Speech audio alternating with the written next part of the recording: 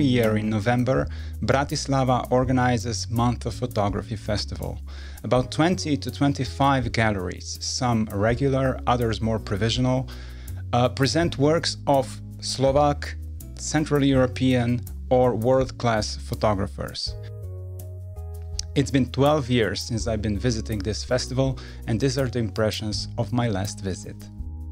First stop is the Zoya Gallery, where they present a collection of northern authors, all top-tier photographers. For the first time, I was able to see Erik Johansson in a format of almost 4 to 3 meters, and even at that scale, his compositing skills are impeccable.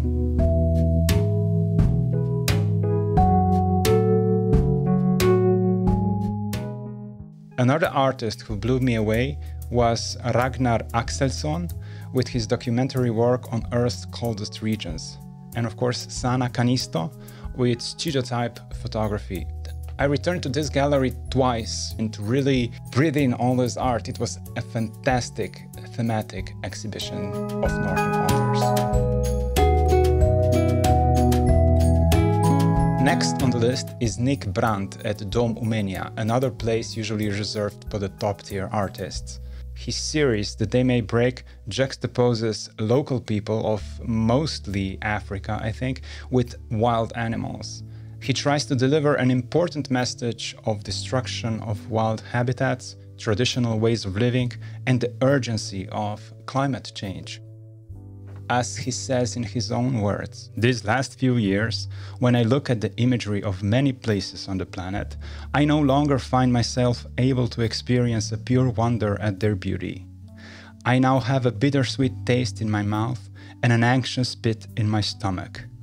I find myself wondering, how long will these places remain pristine, given the speed of environmental degradation? How long before scorching wildfires claim them? And will they recover from these mega fires? So many forests, damaged by climate change, by wildfires and mega droughts, are not recovering or returning like they once did. As the natural world we knew rapidly disappears before our eyes, we yearn for what was, not in a nostalgic or sentimental way, but with a deep, visceral ache in our being.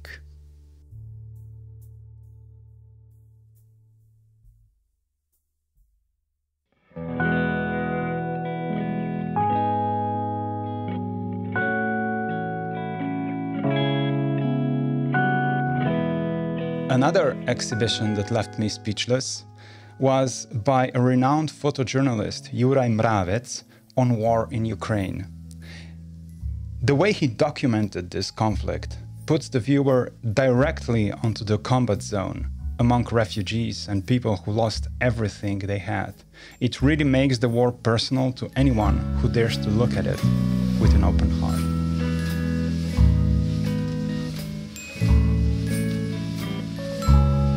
Yet another exhibition of a similar caliber was by Michael Salazd, a Polish photographer, and his work on albino people in the Tanzanian island of Ukerewe on Lake Victoria. There aren't many things that would be more difficult than being an albino in Africa. These people are tortured, shamed, and often killed merely for the lack of pigment in their skin. The amount of superstitious beliefs tied to their appearance is staggering, and in this case, a bit of educational interventionism certainly wouldn't do damage.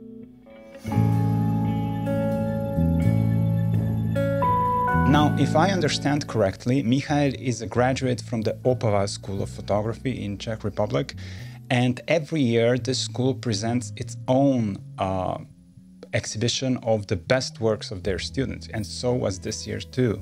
The works of these students are usually on the top, very best level, either in fashion photography or perhaps photojournalism or anything that lies in between.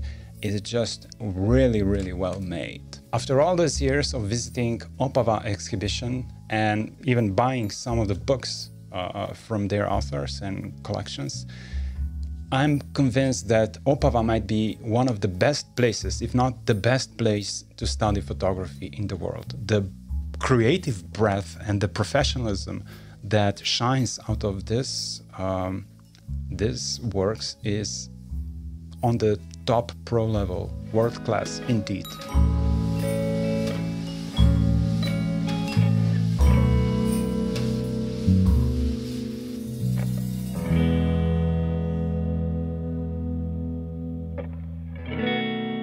And just before heading back home, I visited the beautiful Danubiana gallery situated on the Danube River, where I visited an homage to Marian Varga. I was previously not acquainted with this gentleman, but apparently he must have been a really big name in the Czech-Slovak work. The exhibition featured 75 photographers and dozens of photographs, from concert photos to studio portraits, all portraying the life and work of this amazing musician.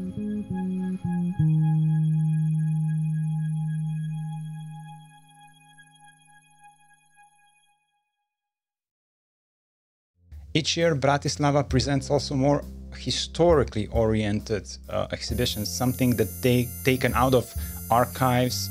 This year we could see an exhibition by Martin Munkasi, I hope I pronounced it correctly, Christine de Grancy, another really interesting disco photos from the 1980s. I also like the exhibition by Denislav Stoichev documenting life of adolescents, but I really think that exhibition and those photographs would deserve a better framing, better light, better venue. Then they would really shine for what they are.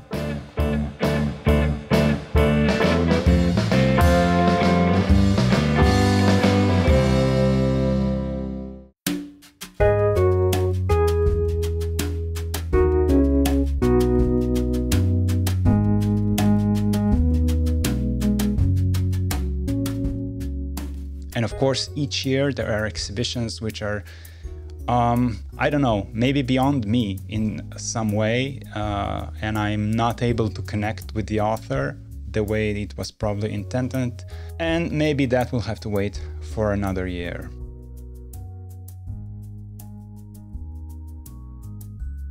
So this is a short recap of this year's edition.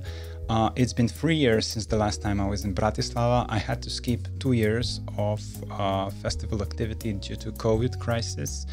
And I cannot say how thrilled and honored and happy I am to be finally roaming galleries once again in a way that used to be so obvious and so, I don't know, we took it for granted, didn't we?